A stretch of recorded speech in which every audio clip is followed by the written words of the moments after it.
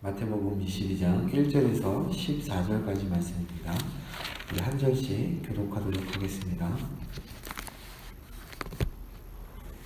예수께서 다시 비유로 대답하여 이르시되 조국은 마치 자기 아들을 위하여 혼인잔치를 베푼 어떤 임금과 같으니 그 종들을 보내어 그 청한 사람들을 혼인잔치에 오라 하였더니 오기를 싫어하거늘 애고차는 준비하되 나의 소와 살찐 짐승을 잡고 모든 것을 갖추었으니 혼인잔치에 오소서 하라야 하느니 그들이 돌아보지도 않고 한 사람은 자기 밭으로 한 사람은 자기 사업하러 가고 남은 자들은 종들을 잡아 모욕하고 죽이니 임금이 노하여 군대를 보내어 그 살인한 자들을 진멸하고 그 동네를 불사르고 종들에게 이르되 혼인잔치를 준비되었으나 사람들은 없지 아니하니 내 거리 길에 가서 사람을 만나는 대로 혼인잔치에 청하여오라 한데 종들이 길에 나가 악한 자나 선한 자나 만나는 대로 모두 데려오니 혼인잔치에 손님들이 가득한지라. 임금이 손님들을 보러 들어올세 거기서 예복을 입지 않은 한 사람을 보고 이르되 친구여 어찌하여 예복을 입지 않고 여기 들어왔느냐 하니 그가 아무 말도 못하거늘 임금이 사원들에게 말하되 그 손발을 묶어 바깥 어두운 데에 내던지라. 거기서 슬피 울며 이를 갈기리라 하니라. 청함을 받은 자는 많되 택함을 입은 자는 적으니라. 아멘. 혼인잔치의 비유라는 제목으로 말씀을 보도록 하겠습니다. 예수님의 권위에 도전하는 그 종교 지도자들의 답하신 대답 중에 오늘은 세 번째 비유로 대답하신 말씀입니다. 이 비유도 심판에 대한 비유로 하나님께서 말씀하십니다. 어제 보았던 악한 소작인의 비유와 마찬가지로 이 비유도 마태복음에 있는 다른 비유와 같이 구원에 관한 내용을 담고 있습니다. 여기서 말하는 임금은 분명히 하나님입니다. 그리고 아들을 위한 혼인잔치는 메시아의 잔치를 표현한 것입니다. 또한 손님들을 청하기 위하여 파견된 자들은 선지자들을 포함한 이 시대의 예언자들을 말하고 있는 것입니다. 그리고 오늘 나오는 결혼이라는 것은 하나님과 이 백성 사이의 언약 관계를 묘사하는 그런 그림입니다. 왕은 혼인잔치에 미리 초청한 사람들에게 종들을 보내어서 이제 오라고 하는데 그들은 오기를 원치 않습니다. 이 고대 사회에서 왕의 명령을 거부한다는 것은 상상하기 어려운 일입니다. 그런데도 불구하고 이들이 오지 않았다고 하는 것은 그 왕을 왕으로 인정하지 않았다는 것을 말하는 것입니다. 여기 5절에 보면 그들이 돌아오지도 않고 한 사람은 자기 밭으로 한 사람은 자기 사업하러 갔다라고 얘기합니다.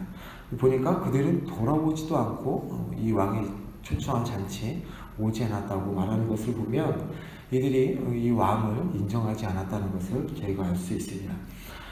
말로는 왕은 또 다시 이 종들을 보내서 왕의 오찬을 나의 오찬을 준비했다고 말씀하시면서 오라고 하지만 그들의 일상적인 일과 사업에 왕의 초대보다 더 중요하게 생각하면서 그 왕의 초대에 오지 않았다고 얘기합니다. 말로는 메시아를 기다렸다고 하지만 속내는 다른 것이죠. 자기 밭, 자기 사업에 열중했던 이들은 메시아가 오든 말든 상관하지 않았다는 것입니다. 누가 왕이 되든지 자신들의 일에 빠져서 자신의 삶에 빠져서 자신의 몸만 챙기는데 열중하고 있다는 것을 저희가 볼 수 있습니다. 우리도 하나님의 임재와 하나님의 관계를 회복한다고 말은 하지만 그렇게 신앙생활 하겠다고 하나님 앞에 말은 하지만 우리의 삶에 묻혀서 우리의 몸만 챙기는데 열중하고 있지는 않은지 한번 돌아보기를 원합니다. 그리고 이 종들을 왕께서 보낸 이 종들을 이 사람들은 학대합니다. 심지어 죽이기까지 합니다. 성전 종교를 등에 업고 부와 권력을 누리는 종교 지도자들은 자신들이 하나님의 자리에 앉아서 메시아이신 예수님에게 그 자리를 내어줄 마음도 추호도 없었던 것이죠. 임금의 종들을 학대하는 것에 대한 언급은 이스라엘이 망해갈 때 하나님께서 보내신 예언자들, 선지자들을 포악하게 다룬 데 대한 그 구약의 말씀을 생각나게 합니다. 하나님의 구원 역사에서 하나님이 보내신 사자들이 배척을 당한 일들에 대한 묘사이고, 이 배척에는 세례 요한뿐만 아니라 예수님도 포함됩니다. 7절에 보면 그 동네를 불사른다라고 얘기합니다. 메시아를 거절한 이스라엘을 하나님께서 이제 심판하신다라고 얘기합니다.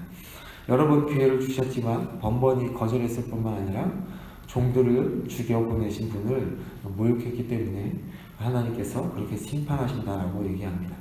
이 이스라엘 조상들을 벌하시려고 아스루와 바벨론을 심판의 칼로 삼으셨던 하나님이 이제는 이후에 로마를 진노의 불로 보내셔서 예루살렘을 불사를 것이라는 하나님의 예언의 말씀입니다.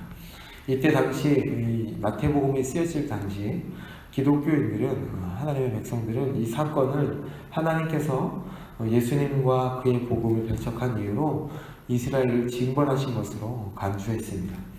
도시를 이제 불사른 왕은 종들에게 다른 사람들을 다시 초청하게 합니다. 큰 길가로 가서 악한 자나 선한 자나 다 데려오라 라고 말씀합니다. 이 동네의 사람들이 아니라 다른 동네의 사람들이 초청을 받는다는 것은 교회가 앞으로 이방인들을 선교한다는 것을 의미하는 것이죠. 이스라엘 사람들은 모두가 이 초청을 거부한 것은 아니었지만 이 초대에 응한 사람들은 그리스도인 공동체로 모이는 사람들이었습니다. 이 이스라엘의 실패에도 불구하고 열방을 향한 하나님의 뜻은 선교를 통해서 이루어진다라는 말씀이 오늘의 말씀입니다. 이스라엘 백성이 아닌 자들은 언약의 외인들이었습니다. 외부인들이었습니다. 그렇지만 이제 하나님께서 부르시는 그 부름에 응답하는 자라면 누구나 이 잔치에 참여할 수 있다라는 말씀이죠. 악한 자들이나 선한 자들은 다 하나님의 복음을 들을 수 있게 하나님께서 하신 것입니다. 우리는 하나님 나라의 외부인이었습니다. 아무도 처음부터 그 나라에 초청해서 제외할 수 없는 자들입니다. 그러나 나의 삐뚤어진 선입견과 혐오와 배제가 하나님 나라의 복음을 들어야 할 사람들에게 그 복음을 듣지 못하게 하고 있지는 않은지 한번 생각해 봤으면 좋겠습니다. 그러면서 11절에서 14절에 보면 한 반전이 일어나는데, 왕이 혼인잔치에 참석한 손님들을 보려고 들어왔을 때 잔치 예복을 입지 않은 한 사람을 봅니다. 12절에 보면 어찌하여 라는 단어는 이 놀라움을 나타내는 단어입니다. 어떻게 예복도 입지 않고 여기 앉아 있을 수 있지? 라고 왕이 그 입지 않은 사람에게 물어봅니다. 이 예복을 입지 않은 사람이 이 왕의 질문에 아무런 대답도 하지 못합니다. 왜 입지 못했는지, 왜 입지 않았는지에 대한 대답을 아무 대답도 하지 않자 왕은 삼계의 일꾼들에게 그 사람의 수족을 묶어서 결박해서 바깥 어두운 곳에 던져 넣으라고 합니다. 많은 사람들이 하나님의 초청을 받지만 그들 중 적은 자들만이 하나님의 선택을 받았다라는 것을 말씀하시는 것입니다. 교회에서 예배를 드린다고 해서 다 의인이 아니라는 것을 말씀하는 것이죠.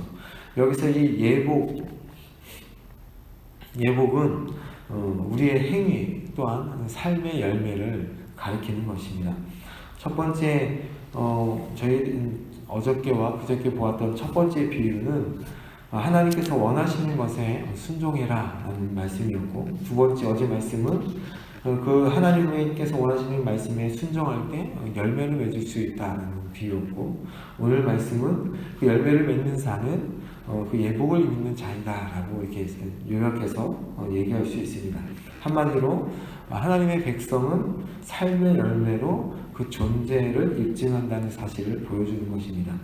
이 예복이 행위를 의미한다고 해서 우리의 행위로 택함을 받거나 구원을 받는다는 의미가 아닙니다. 예복은 택함받은 사람임을 입증하는 표시입니다. 예복을 준비했다는 것은 하나님의 뜻에 삶으로 반응을 했다는 것을 가리키는 것입니다. 따라서 우리의 행위가 구원을 증언한다는 말이죠.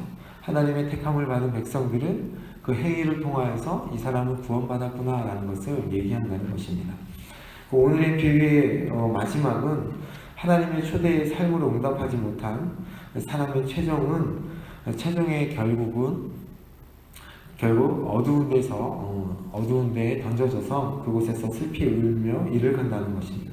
하나님의 초대를 받고 나온 것은 기쁜 일이지만 이들 모두가 하나님의 새 백성으로 인정받는 것은 아니다라는 말씀입니다. 그리스도의 옷을 입고서 그에 맞는 합당한 열매를 맺는 그 삶이 바로 하나님 앞에 의인이다라고 말씀하고 있습니다.